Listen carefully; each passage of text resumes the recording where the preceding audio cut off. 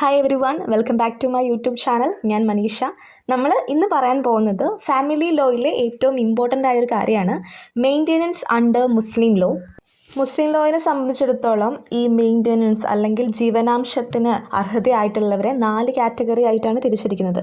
First one the wife, രണ്ടാമത് children, മൂന്നാമത് parents and grand parents, and last one is other relation. ഈ 4 കാറ്റഗറിയാണ്.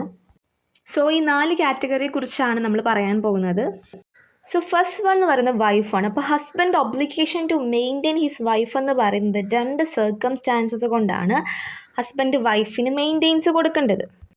ഒന്നാമതെന്ന് വെച്ചാൽ marriage valid marriage ആണെങ്കിൽ എന്താണ്, അവിടെ ഒരു സ്റ്റാറ്റസ് അറൈസ് ചെയ്യുന്നുണ്ട്, മെയിൻറ്റെയിൻസ് കൊടുക്കണം എന്ന് പറയുന്ന രീതിയിൽ. രണ്ടാമതെന്ന് വെച്ചാൽ കുട്ടി അല്ലെങ്കിൽ മാരേജ് ചെയ്യാൻ പോകുന്ന ആൾ മൈനർ ആണെങ്കിൽ പാരൻസ് തമ്മിൽ മാരേജിന് മുമ്പ് തന്നെ ഒരു എഗ്രിമെൻറ്റിൽ വരും. അതായത് ഒരു പ്രീ നെപ്യൂട്ടൽ എഗ്രിമെൻ്റ് എന്ന് പറയും. ഈ 2 കാര്യങ്ങൾ ഉണ്ടെങ്കിൽ മാത്രമാണ് ഹസ്ബൻഡ് വൈഫിന് മെയിൻറ്റെയിൻസ് കൊടുക്കണം എന്ന് പറയുന്ന ഒരു ഒബ്ലിഗേഷൻ അവിടെ വരുന്നുള്ളൂ. സോ ഒരു മുസ്ലിം ഹസ്ബൻഡിൻ്റെ ഒബ്ലിഗേഷൻ എന്ന് പറയുന്നത്, അല്ലെങ്കിൽ കടമ എന്ന് പറയുന്നത്, വൈഫിന് മെയിൻറ്റെയിൻസ് കൊടുക്കണമെങ്കിൽ ഈവൻ ദ വൈഫ് റിച്ച് ആയിരിക്കോട്ടെ അല്ലെങ്കിൽ ഒരു പുവർ ആയിരിക്കോട്ടെ, എന്തായാൽ പോലും മെയിൻറ്റെയിൻസ് കൊടുക്കണം. വൈഫിൻ്റെ മെയിൻറ്റെയിൻസിൽ വരുന്നതാണ് ഫുഡ്, ക്ലോത്ത്, ലോഡ്ജിങ്, അതുപോലെ തന്നെ ഒരു സെപ്പറേറ്റ് ഹൗസ്, അറ്റ്ലീസ്റ്റ് ഒരു സെപ്പറേറ്റ് റൂം വേണം, അത് ലോക്ക് ചെയ്യാൻ പറ്റിയ റൂമായിരിക്കണം. അതുപോലെ തന്നെ ഒരു സെർവൻറ്റ് വേണം. ഒരു വോയിഡ് മാരേജിനോ അല്ലെങ്കിൽ ഇറഗുലർ മാരേജിനോ മെയിൻറ്റെയിൻസ് കൊടുക്കേണ്ട ആവശ്യമില്ല. Next one is the children ആണ്. ചിൽഡ്രനിൽ വരുവാണെങ്കിൽ the primary obligation of maintaining the children എന്ന് പറയുന്നത് റെസ്റ്റ് ഓൺ ദ ഫാദറിൻ്റെ പ്രൈമറി ഒബ്ലിഗേഷനാണ്. മുസ്ലിം ലോ പ്രകാരം ഇല്ലെജിറ്റിമേറ്റ് ആയിട്ടുള്ള ഒരു കുട്ടിക്ക് മെയിൻറ്റെയിൻസ് കൊടുക്കേണ്ട ആവശ്യമില്ല. പക്ഷേ ഹനാഫി ലോയിൽ പറയുന്നത് എന്തെന്ന് വെച്ചാൽ കുട്ടി ഏജ് ഓഫ് 7 ആവുന്നത് വരെ മെയിൻറ്റെയിൻസ് കൊടുക്കണം എന്നാണ്. Father obligation to maintain minor child എന്ന് പറയുന്നത് ഫാദറിനാണ് പ്രൈമറി ഒബ്ലിഗേഷൻ, മൈനർ ചൈൽഡിനെ നോക്കണം എന്നുള്ളത്. മുസ്ലിം ലോയിൽ ഫാദർ വിൽഫുള്ളി നെഗ്ലക്റ്റ് ചെയ്യുകയാണ്, കുട്ടിയെ നോക്കൂല എന്ന് പറഞ്ഞ് വിൽഫുള്ളി നെഗ്ലക്റ്റ് ചെയ്യുകയാണെങ്കിൽ അത് പണിഷബിൾ ആണ്. കുട്ടിയുടെ കസ്റ്റഡി മദറിൻ്റെ അടുത്താണെങ്കിൽ പോലും ഫാദറാണ് മെയിൻറ്റെയിൻസ് കൊടുക്കേണ്ടത്. ഫാദർ കുട്ടിയുടെ അമ്മയെ ഡിവോഴ്സ് ചെയ്താൽ പോലും ആ മെയിൻറ്റെയിൻസ് കണ്ടിന്യൂ ചെയ്തുകൊണ്ടിരിക്കും.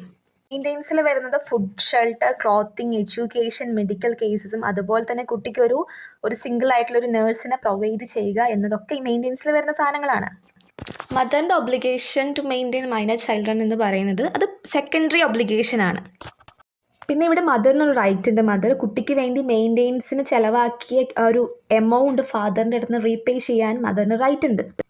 Next paternal obligation to maintain major children. സാധാരണഗതിയിൽ കുട്ടി മേജറായി കഴിഞ്ഞാൽ മെയിൻറ്റെയിൻസ് കൊടുക്കേണ്ട ആവശ്യമില്ല.